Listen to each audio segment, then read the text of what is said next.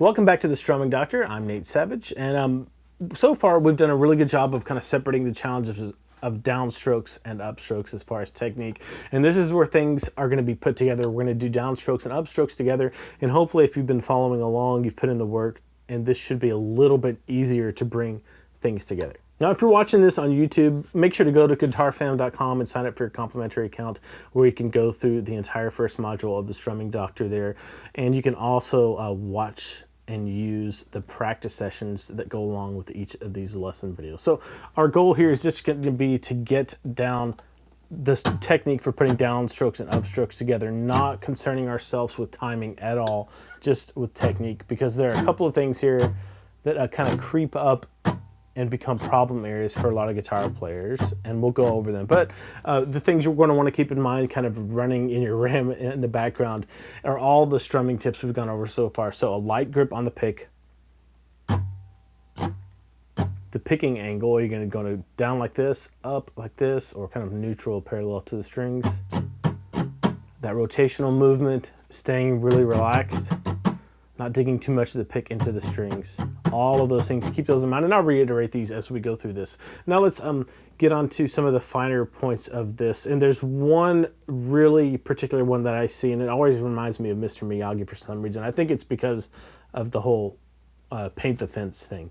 What you want to avoid when you start mixing your downstrokes and upstrokes together, alternating your downstrokes and upstrokes, you don't want to do this. You don't want to have your pick be on this angle for the downstroke and then flip things for the upstroke like this. You see how it looks like I'm starting to paint, like with a paintbrush or something?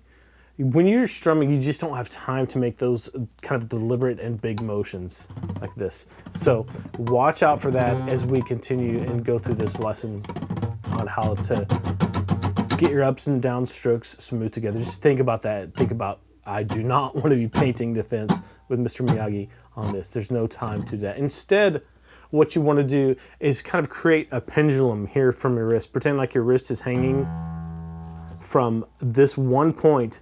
And when you do this, when you strum, it goes back and forth like this, right? If you have that honey and feather analogy like this, that's what you want to shoot for. And when you do that, your pick will glide across the strings. And if you have a loose grip on the pick will give when it hits the strings and glide through. And on the way back, see how it's naturally coming back like this, ready at this angle for the strings. And if you have a loose grip on the pick, it'll give a little bit and glide back through. And then when you get to this side, it's already in that. So you don't have to do this really deliberate kind of paintbrush type thing with your pick. And that's what you want to shoot for. You want to shoot for that kind of pendulum thing like this. As a matter of fact, that's the first time I've ever done that. I hold your hand up by the skin on your wrist and do like that. And that's exactly what I'll be shooting for, because you have to be really relaxed for that to even work. So think about that motion as you're doing this. And don't strum from just your elbow. You don't want that to be the point of your pendulum. You can have your elbow help out, of course, but you want to have that flicking motion be really your guide and the main technique that you use. So when I do that really slowly, it looks like this. But who strums that slow, right? So something like this would be a good thing to start out for. And you want to avoid this, but this. And as you do this, just be conscious of all the other strumming technique tips we've gone over so far for downstrokes and upstrokes. Remember, for upstrokes, you only have to hit the top 3 to 5 strings. Don't feel like you have to hit all 6 of them.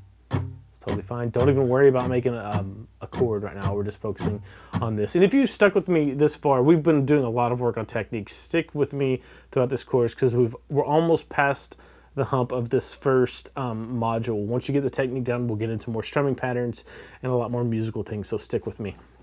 So just do that slowly and think about that pendulum motion all coming from this rotation and from that point there. And again, your pick grip should be loose enough to when your pick hits the strings, it gives a little bit and glides through on the way back.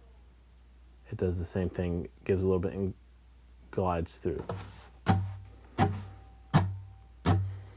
And really separate the challenges here. No metronome. Just start very slowly and start to ramp it up.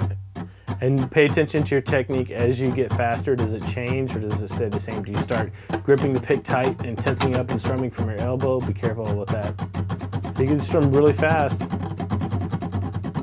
For a long time, when you're efficient like this, when you have this rotational movement, you can do a whole song and you won't even be tired eventually when you get your technique down and you get your, kind of strumming in shape. Now, if you hold on too tightly to the pick, it's going to be hard to get through. And when you hold on to the pick tight, inevitably you're not going to be loose. You're not going to get that rotational movement in there. So just keep that in mind. And above all, avoid the paintbrush. Because I can only do the paintbrush this fast. That's not fast enough to keep up with some of the strumming patterns we're going to be doing later. Okay, so right now only work on this physical motion. Don't worry about a metronome. Give this a couple of weeks, 1 to 3 weeks to become natural feeling to you, and to where it becomes like you don't have to think about it so much. Again, that's normal when you're working on something new, physical on the guitar. It takes a while. Hopefully, since we've divided up the downstrokes and upstrokes, the challenge of those two things, this will come faster. The thing you really have to be aware about and think of is not doing the paintbrush thing as you try to get the pick through the strings, right? So practice slowly and vary the speed. Pay really close attention to if anything changes as you speed it up, and just come back down. And if you need help with that pick grip with 2 fingers, or do just the assisted grip where this finger keeps that pick in place as it kind of slides around, as it will tend to do a little bit here and there. But the lighter grip you keep on the pick, the more it's going to glide through the strings. So do this as often as you can, twice a day if possible, and you really only need to work, 5 to 10 minutes on this. The practice session we have coming up for this will be fairly short, probably around 5 to 7 minutes. Video yourself to make sure you're doing what you think you're doing, and adjust and make any tweaks to your technique that you need to from there.